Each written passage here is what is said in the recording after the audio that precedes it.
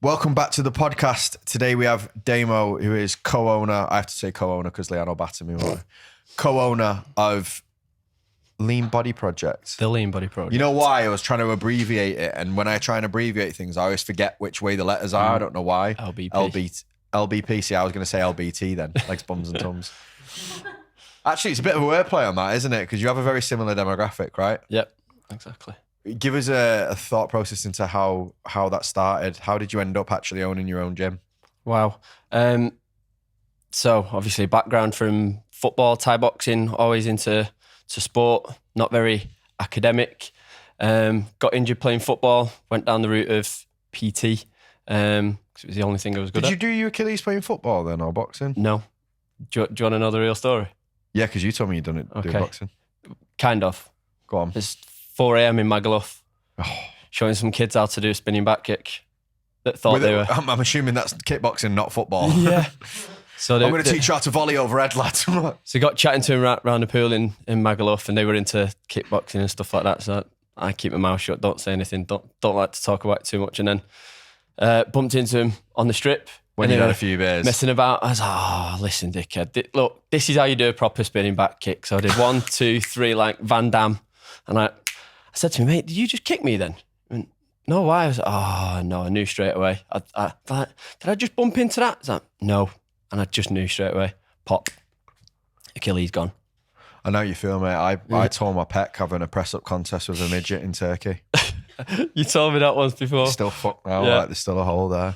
Told me that before. To be fair, he goaded me into that, right? Like, that wasn't my fault. Like, I was actively avoiding this press-up contest with this... I don't know if I'm allowed to say the word midget, but I'm going to carry on with it until I started. and he kept coming up to me and he's like, me, you, press-ups. And I'm like, no. And I'd already kind of like hurt it like the week before. And I was like, no. And I didn't think about the pec tear. I actually was more worried about being beaten by him, to be honest. And then he managed to turn it. Did you beat him though?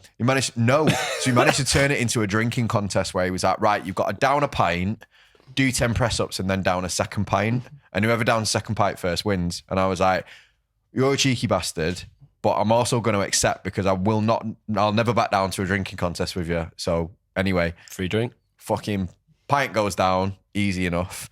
Went to do the press up, second press up, pong, straight off.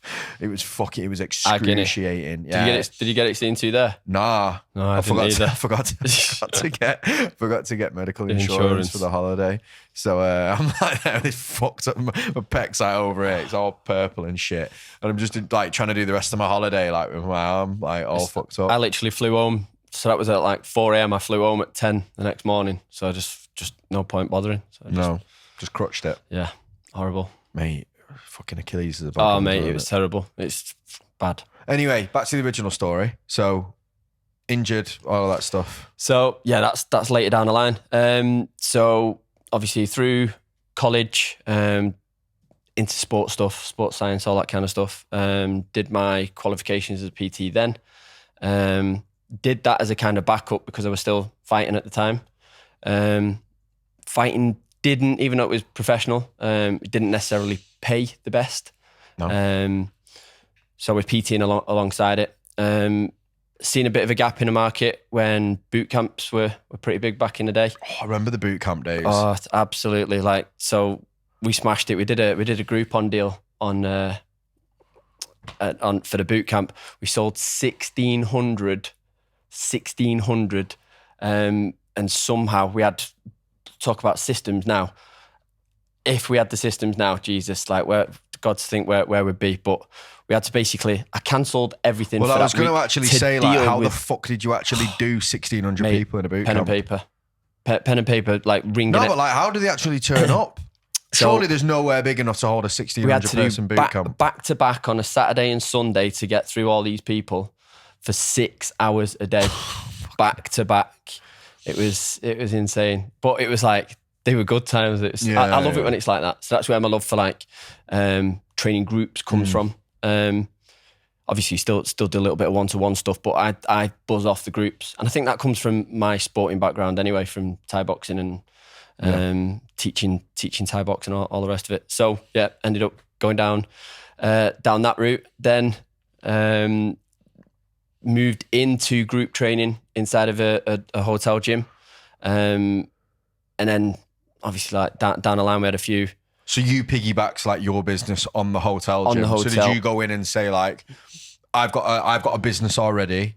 You don't have any kind of training provision, or did they at the time? Nope, they had nothing So there. you've just gone, you've got this shell, Yeah. I've got this business, I'll use your facilities. Yep. And kind of mesh it together. Exactly that. So then I started off with the group training. Then it was doing well, and then we were doing that well. We had to like start looking at our own facility and stuff like that. We piggybacked off other people's studios and things, but obviously you know the backstory. We've had some bad run-ins with people over the years where they get jealous because we're doing so well. Yeah, but it's not even just that as well. Like as I've got a bit older, I've just thought like they don't care, and really like it's not their business, is it? So like, why the fuck would they? Exactly. So we've gone from paying rent in other people's studios to them like trying to poach our clients, stuff like that. And in the end, it was just listen, we're doing well enough. Let's get our own place.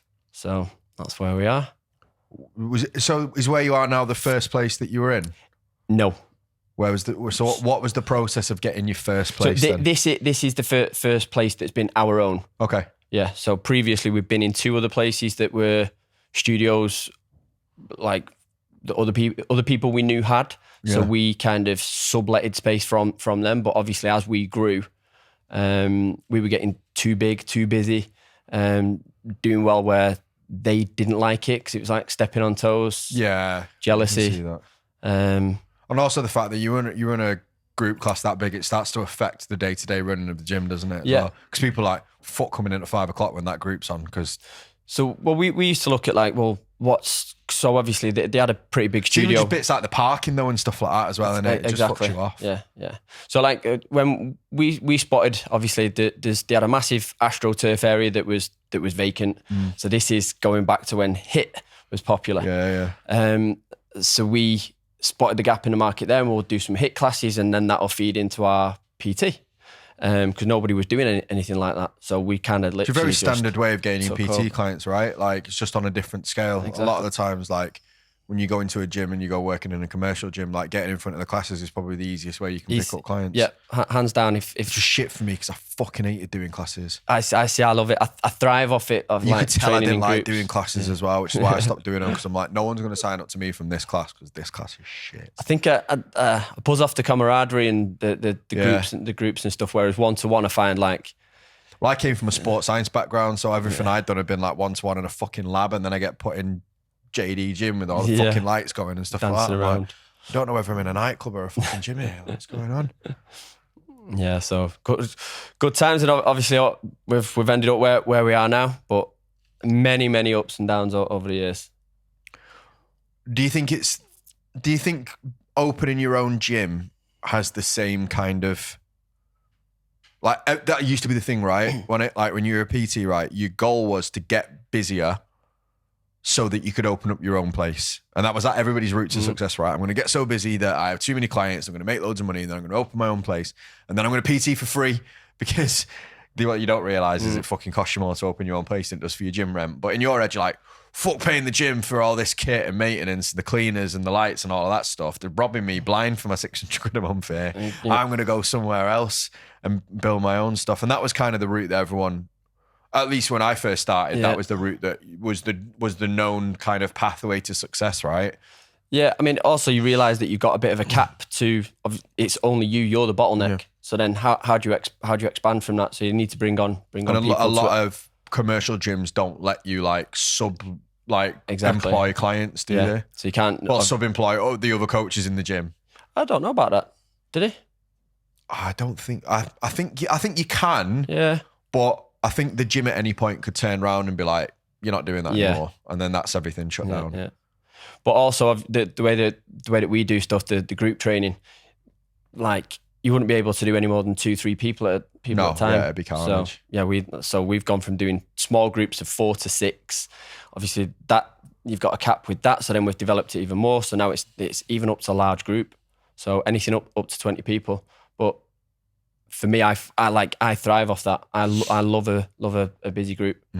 It's not for everyone to do that, but obviously from my Thai boxing background and teaching Thai boxing, teaching a group or coaching a group, it's easy to me. See, for me, with my attention, like, it's, oh, mate, it's bad. Yeah. Like, one thing happens over there, I'm like, and I've completely I'm forgotten about what I'm doing over literally, here. that's what I'm like. Yeah, I can imagine. So what would you say the biggest challenges were then with opening the gym? We didn't have much of an option because we had this client base, and obviously we'd had run-ins with previous gym owners where, you know, they wanted us out or tried to pull the rug from under us and take the business. So we literally got forced into it, if you like. So we didn't have an option because the business was growing, and it just made perfect sense to go down that route. So we still needed to fulfill those clients, make sure we could keep the business running. Obviously, crunch all the numbers. Hardest thing was finding a location. Really? So we had to put a portfolio together of like 30 odd different places that we'd seen. It was a nightmare. But eventually we ended up getting pushed into the town centre. Did you want to be in the town centre? Not necessarily. That definitely wasn't the plan, because we were thinking parking stuff like that, and, you know, are we going to get much passing trade there? Are people even going to know where we are? So obviously we're heavily on the marketing to get people through the door. Yeah.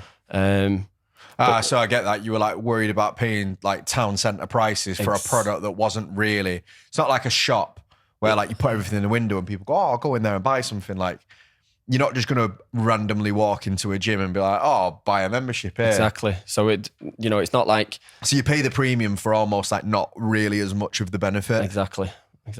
Yeah. So there's all of these things to like think about, for sure.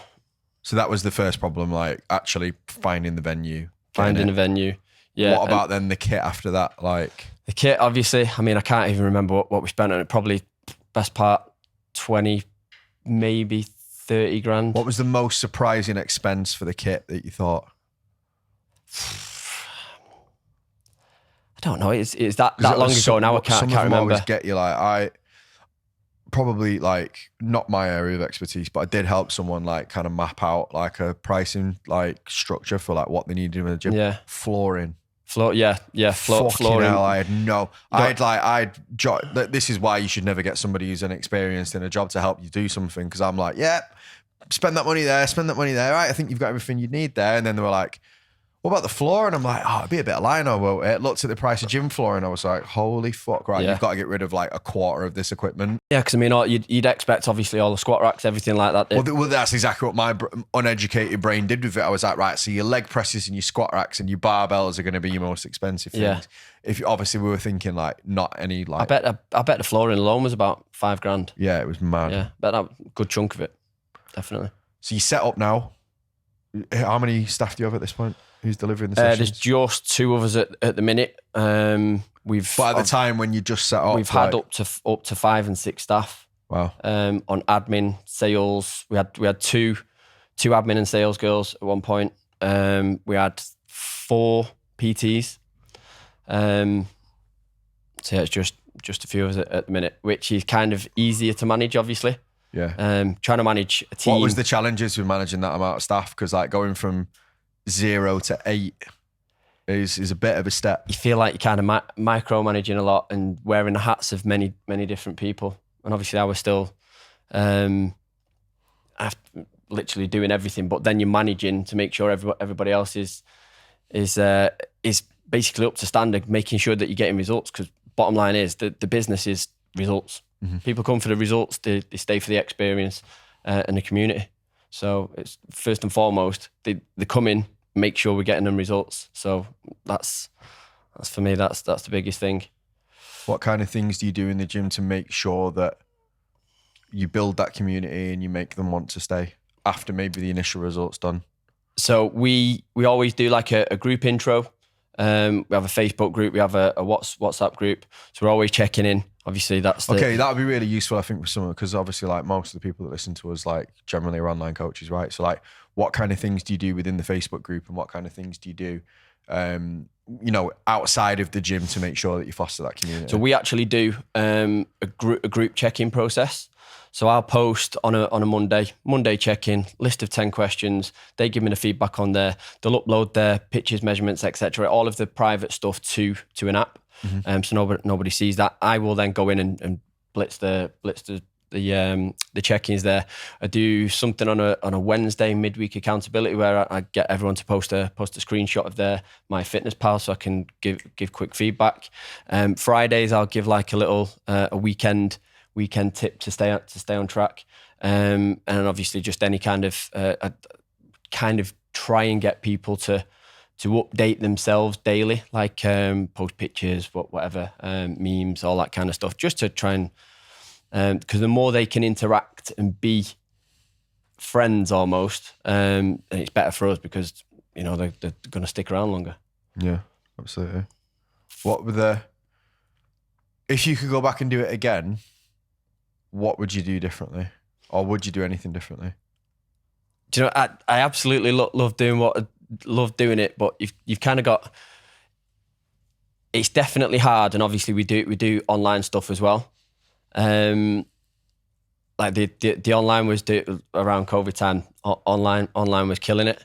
So that was like, if I was going to do it, I'd probably focus more on the online. But when you've still got the gym there, again, it's something I've got a passion for. So it's a tough one. What would I do different?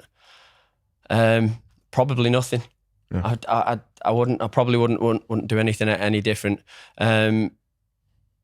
I don't know. What kind of struggles do you have?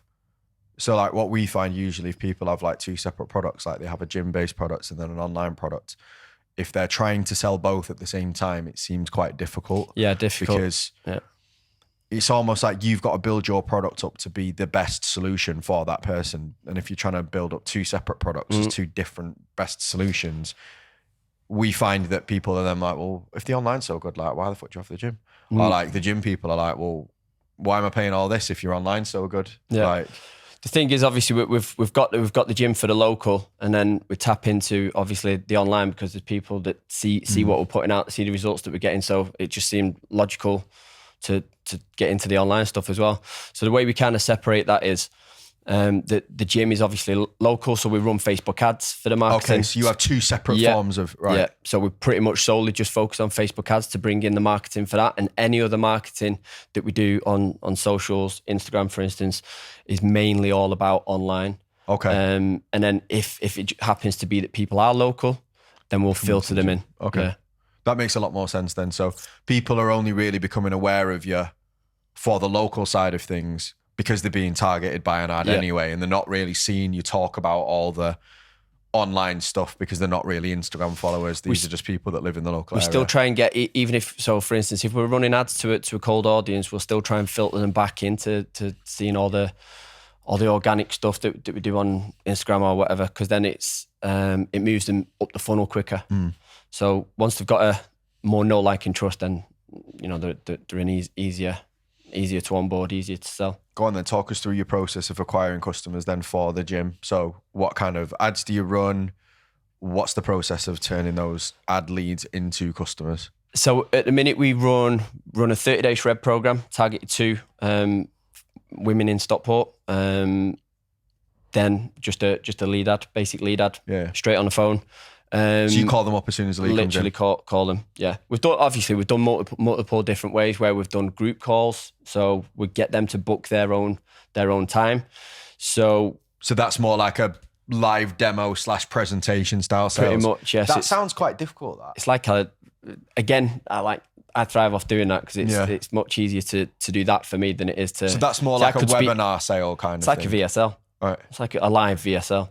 So just a little bit of background on the story, like features, benefits is like, this is where you probably why you aren't achieving the results that you want, trying to do it on your own. Here's how we can help.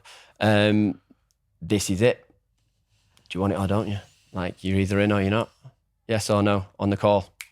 I'm assuming then you're running straight to is it like a single call now then? So you just Yeah. outbound straight away? Straight on, yeah. And you found that more effective?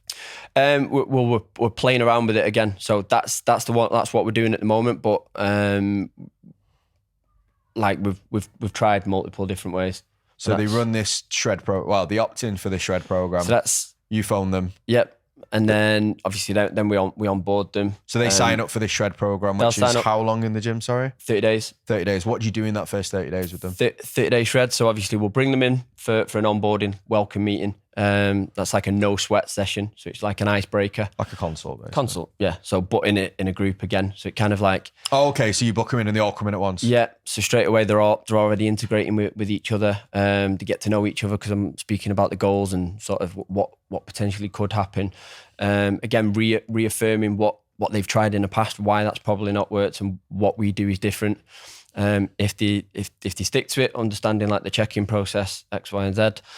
And then, yeah, like I say, we'll do a check-in with them once a week. They get a phone call or a text message they get a text message every week. Then they'll get a phone call in the third week to see if we can then convert them into a long-term member. And the long-term membership is 6 to 12 months. 6 to 12 months. 6 to 12 months. And that's like a kind of continue and then keep your progress kind of offer. Yeah. And what are your targets then for doing that? Like, what do you try and get them in at cost-wise? So what's your conversion? What are you trying to aim to do? At the moment, we're running a 30-day shred at 149. And then if we convert them, they go on a monthly membership at 125. Okay. So like a recurring, like I say, we run 5 sessions a day at the minute. We can have up to 20 people in the sessions. So yeah, we do only have like 1 session on a weekend. Yeah. So at the minute we give them unlimited access. So they can just book on and turn up to whatever sessions they want. Yeah, exactly. I'm assuming as you get busier, you'll squeeze that down. Yeah, exactly. Right? Yeah. So we did it in the past, like pre-COVID, where we were like almost at capacity, where it's just 3 sessions a week. These are your days, these are your times. Monday, Wednesday, Friday, Tuesday, Thursday, Saturday, for instance. Day 3 sessions. That's how we did it. Have you found any differences between running the gym pre-COVID and post-COVID? It's pre-COVID was easy. Pre-COVID was easy. It was thriving. Obviously, post-COVID, there's a lot of people wanting to do it online. So obviously, we've got that covered as well. But yeah, there's. Do you feel like there's more competition? Definitely, yeah. I mean, we've got a lot of competition around us anyway because there's a gym opposite. There's like four. Was that the case pre-COVID though? I suppose it was. But obviously we had the momentum. We were already in a... And maybe while you've been closed for 2 years, those other gyms have been forced to learn how to do... Because what you were doing really well is obviously layering the online marketing. I know obviously like Leanne helps you a lot with like the online side of stuff and like the digital marketing side. So you were probably way more effective at doing that than the rest of the gyms were. Yeah. And then maybe like throughout COVID, they've obviously had to learn a little bit. Yeah. And therefore there's just maybe more competition for like the ads in the local area and stuff like that. Yeah. It's tough, but like choose your hard. What you're gonna do? I don't think anything's easy, to be honest with you, mate. It's obviously there's a distinct difference obviously between doing the online and the they're 2 completely different jobs, I think. 2 completely different jobs to different people, which brings me on to my final question. What do you love the most about having your own gym? The fact it's my own gym and I don't Because I'm going to be honest with you, there'll be loads of people listening to this that like maybe they don't want their own gym because they know the kind of overheads and they know what work it comes with, but deep down they're like, if somebody for free gave me my own gym, I'd fucking love it. Yeah. I suppose it's being your own boss. It's your own thing. It's your baby. Obviously it's sky's the limit, so to speak, but obviously I'd hate to work for somebody else in somebody else's facility. Obviously, we've had run-ins over the years, which has caused massive problems. So we've solved the problem in doing that. So that's the best thing. So, any little things that people wouldn't be aware about? In what sense? Like about owning your own gym? Like, is there any little pleasures that you get from it? Because like for me, like putting my own music on. Yeah, exactly. And obviously through COVID, we managed to train through COVID, didn't we? No. Don't know who you trained with over social COVID. distance, obviously. I don't know what he's talking about. So fucking liar. Yeah, it's just like it's my place. Go and train when I want. Yeah, it's like anything, as its ups and downs. But I wouldn't change it for the world. What advice would you give then to maybe the younger generation that are coming up now that have the sights set on opening their own studio? You just said you wouldn't change anything. No, I wouldn't, because I'm here now. Yeah, because I'm deep. I'm too deep. It's like, what would be your reasons for that then? What would be your reasons behind saying don't do it? Like you said, there's a lot of things that you probably wouldn't think of, like, you know, how much you're going to spend on kit and then business rates and staff and insurance. Yes, insurance. Yeah, yeah. There's so much. Whereas obviously online, you don't have any of that. Yeah, I mean, you do run into it eventually, but I think you run into it at a ceiling that's much higher than like in a gym. Like you deal with the same issues, right? Like you've got to get staff, you've got to look at like pay as you earn, paying pensions, like you've got to get business insurance, especially when you have staff, you've got to have employers liability insurance, all of that stuff. A lot of online coaches, you now listen to this thinking, I've got stuff and I don't do that. And it's because you're breaking the law and you should. But I'm not going to tell you that. The people that you listen to can tell you that. But it comes at higher numbers, doesn't it? Like when you go into the gym, you're like, right, I've got to fucking get all these people straight away to service my clients. Whereas online, it's a little bit of a slower, I think more drawn out process where you can get to, 10, 15, sometimes even 20 grand a month, like on your Todd, like without having anyone else work for you. Whereas in a gym, really, it's very unlikely that you're going to get to 20 grand a month without having staff. Yeah, definitely. So I think it just forces you down that route a lot earlier, maybe when you're unprepared for it.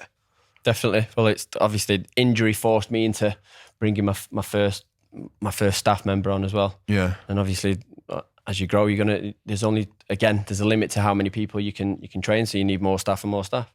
So yeah. Anything else other than the staff that you would warn people about? Check your business rates. There's one. Absolutely. I feel like you've got to be a lot more on it with an in-person facility, and I think that's maybe wrong.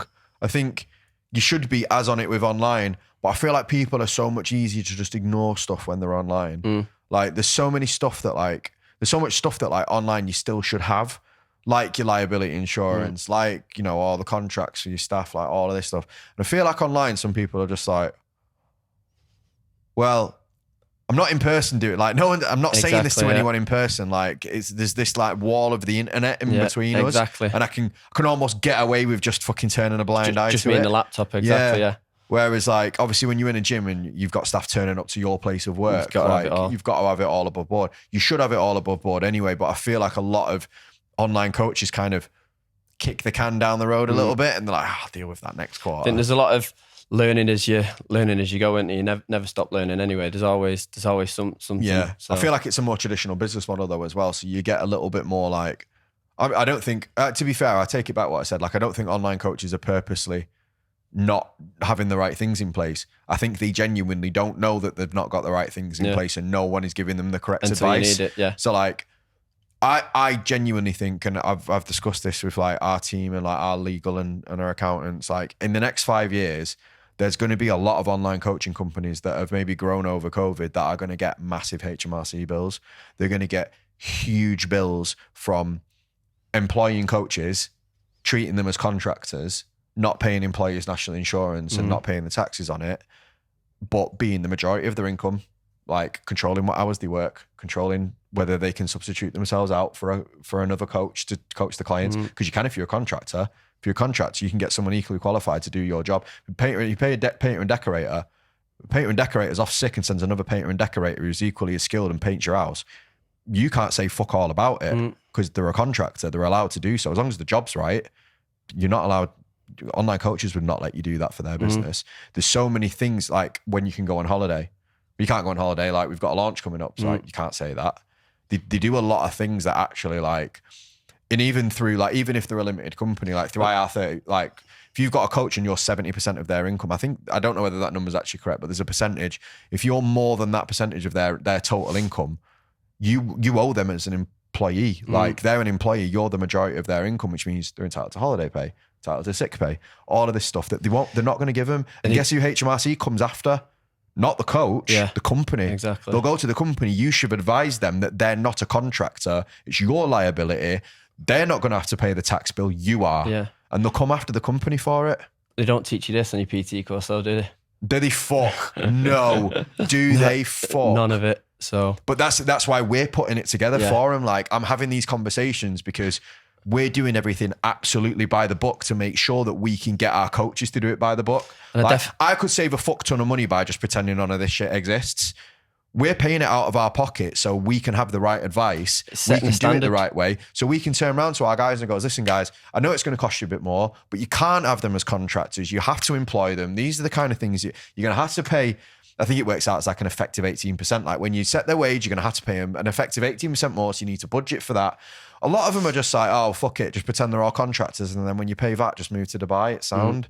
And it's like, that's like, you can't do that. Like, that's not a business. That's stealing a living off like fucking jumping back and forward. Like we moved the company to Dubai because we were legitimately moving to Dubai and then the dog can't go. So now we're back and now we're paying UK tax. Like it's just the way it's worked out. But a lot of places genuinely like are not getting the right advice. And I know there's lots of online coaches. Well, probably not lots because it depends how many people are fucking listening to this.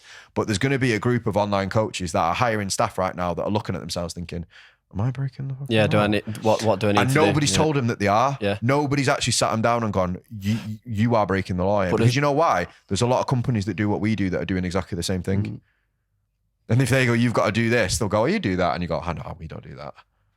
And it's fucking madness. And I genuinely, there's a reckoning coming for all of this shit. Definitely. Because online business has got so big over COVID that like nobody's really gone, but that's it. It's come out. Have we made sure this lot are actually doing all this right? And like, they know what's going on. Because nobody has. Everyone's like, PTs can make $100,000 a year online. Are we fucking making sure that that's being taxed properly? Who's checking it all? And when it comes, it's coming for everyone. Because once they find the first couple that are doing it, they're like, right, that's obviously, there's loads of money there for us. Let's just go clean house. I think definitely you're setting a standard anyway. But that's why a lot of people like say like the margins are so much better online. I'm like, listen, if you've got a big company, you're paying a lot of money. Don't give a fuck like what. If you're making $1 million a year, you're paying a lot of money out. There's no way around it. When I hear people go, I've got 80% margin, I'm like, no, you don't, because your VAT bill's fucking 20%. So what you're doing, not paying anything. Either you're chatting shit or you can't run a business and you're just pretending that it doesn't exist. Scary. I know, that got out of me then. That's built up over a period of like a month. Could you feel that? You know why? Because I've been paying the bills out for it, knowing that other people aren't, and it fucks me off. But here we are.